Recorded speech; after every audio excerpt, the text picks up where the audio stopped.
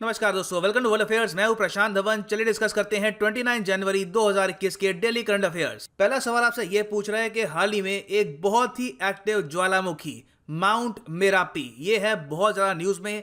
Recently ही इसका eruption हुआ है। आपको यह बताना है कि ये वॉल्केनो आपको किस देश में मिलेगा। ये है यहाँ पे आपकी ऑप्शंस। सही उत्तर यहाँ पे है ऑप्शन बी, इंडोनेशिया। जी हाँ, ये बहुत ही बड़ा इरप्शन हुआ है इंडोनेशिया में रिसेंटली। यहाँ पे आप देखेंगे Indonesia most active volcano. Indonesia में बहुत सारे वॉल्केनो हैं, उसमें से मोस्ट एक्टिव है माउंट मेरापी, और ये हाल ही में फिर से इरप्ट हुआ है। और आखिरी बार जब इसका एक बहुत ही बड़ा विस्फोट हुआ था, इट वॉज इन 2010। उस वक्त ऑलमोस्ट 350 लोग मारे गए थे बिकॉज ऑफ दिस वॉल्केनो। और इंडोनेशिया की कैपिटल क्या है? कैपिटल है यहाँ पर जकार्ता। करेंसी यहाँ पर है इंडोनेशिया रुपया। एक बार इस देश को मैप पे भी देख लेते हैं।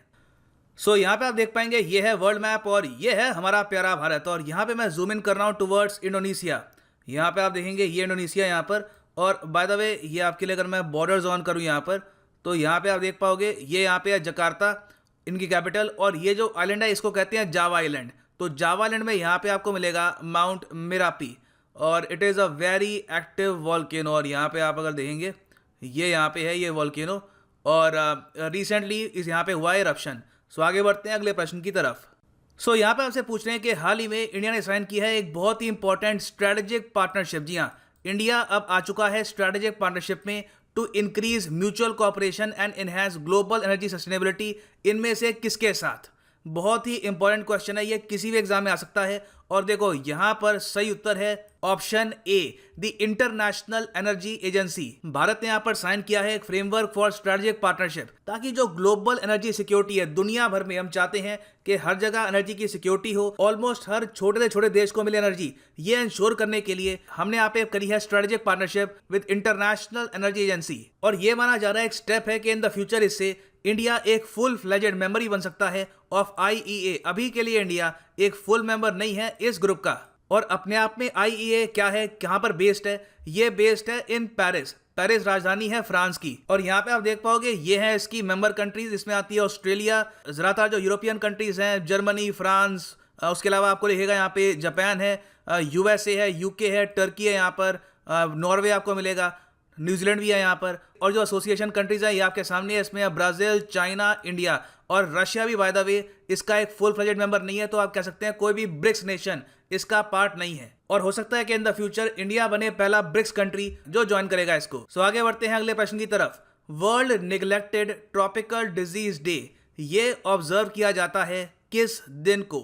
ये है यहाँ पे आपकी ऑप्शंस। सही उत्तर यहाँ पे है ऑप्शन सी, 30 जनवरी। जी हाँ, 30 जनवरी को हर साल ऑब्जर्व किया जाता है as world neglected tropical disease day. और इस बार देखो ये डे खास इसलिए है क्योंकि दुनिया भर में जो 25 देश हैं वहां पर जो 50 लैंडमार्क्स हैं उनको लाइट अप करेंगे, उनको मतलब जगमगा देंगे, एल्यूमिनेट करेंगे, ताकि अवेयरनेस फैले इन ट्रॉपिकल डिजीजेस के बारे में। तो इंडिया की तरफ से यहाँ पे कंट्रीब्यूशन आएगा कुतुब मीनार का।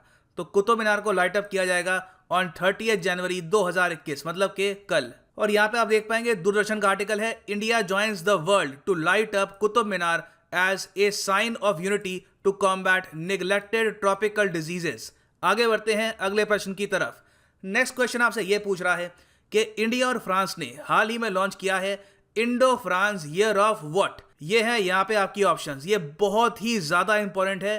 फ्रांस काफी न्यूज में रहता है और इंडिया और फ्रांस ने ये कहा है कि अब हम मानेंगे कि 2021-22 का जो टाइम है ये है एनवायरनमेंट का। तो Indo France year of environment ये हो चुका है स्टार्ट। यहाँ पे आप देखेंगे इस पे आर्टिकल है प्रकाश जावड़ेकर जी की। ये कह रहे हैं launched Indo French year of environment with my French counter part miss Barbara. The Indo French partnership on environment, biodiversity, climate change and other allied areas will set an example for the rest of the world. बहुत ही important है ये। और यहाँ पे देखो पीछे लिखा हुआ है Indo French year of environment. आगे बढ़ते हैं अगले प्रश्न की तरफ। अच्छा, उम्मीद करता हूं कि रिपब्लिक डे की परेड देखी होगी आप सब लोगों ने, और उस परेड में आपको पता होगा कि झांकियां निकलती हैं हर स्टेट की, यूनियन टेरिटरीज की भी होती हैं।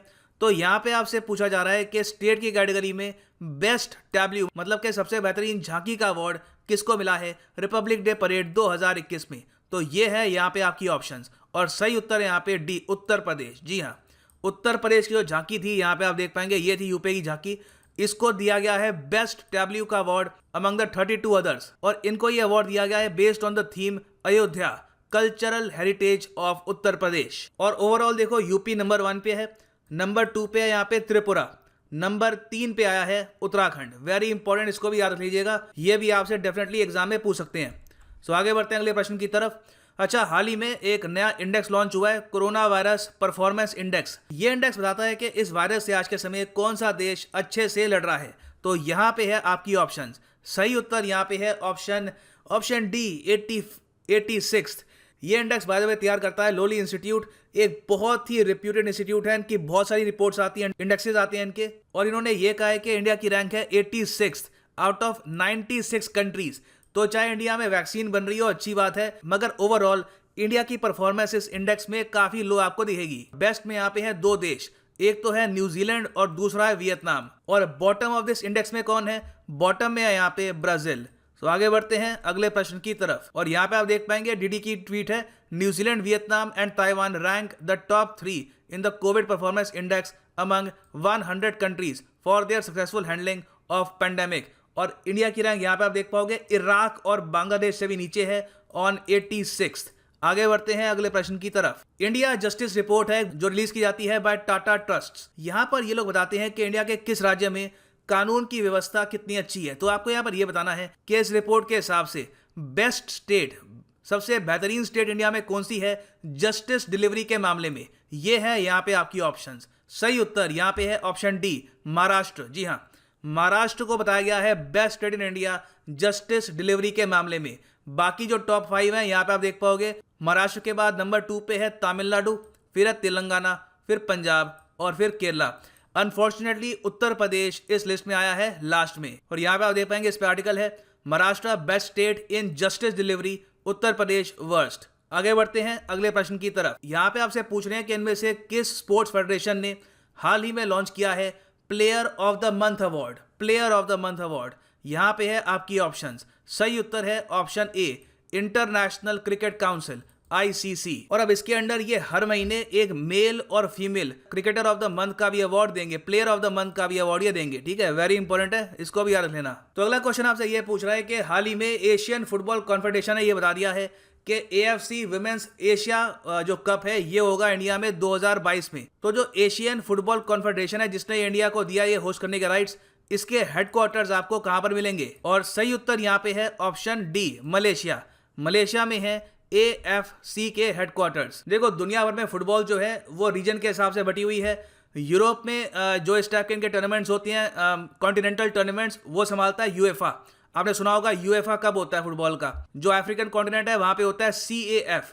फिर उसके बाद यहाँ पर नॉर्थ अमेरिका, साउथ अमेरिका की भी होती है। एशिया में फुटबॉल के जो भी ये कप्स होते हैं वो संभालता है AFC, और इसके हेडक्वार्टर्स आपको मिलेंगे इन मलेशिया।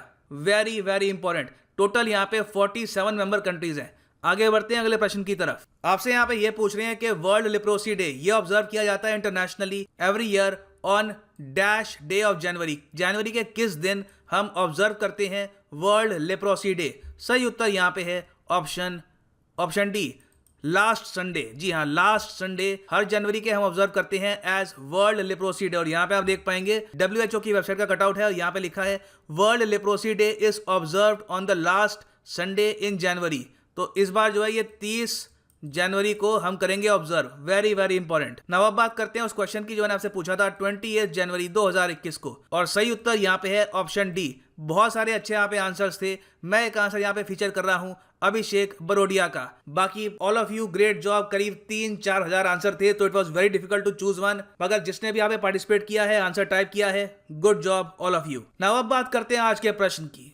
इंटरेस्टिंग क्वेश्चन है, ये क्वेश्चन आ गया था SSC CGL 2017 के एग्जाम में। यहाँ पे आपसे पूछ रहे हैं कि दूध का pH नेचर कैसा होता है। हमारी बॉडी का भी आपको पता होगा एक pH लेवल होता है, जो नॉर्मल वाटर है उसका भी pH लेवल होता है। तो सिंपली यहाँ पे आपको ये बताना है कि मिल्क का pH लेवल जनरली क्या होता है। क्या ये स्लाइटली एसिडिक होता है, slightly basic, highly acidic, highly basic? लिखिएगा इसके बारे में कमेंट सेक्शन में। इंटरेस्टिंग क्वेश्चन है, देखते हैं कितने लोग इसका आंसर करते हैं। सो ये है एंड इस वीडियो का। Thank you for listening and as always God bless you all.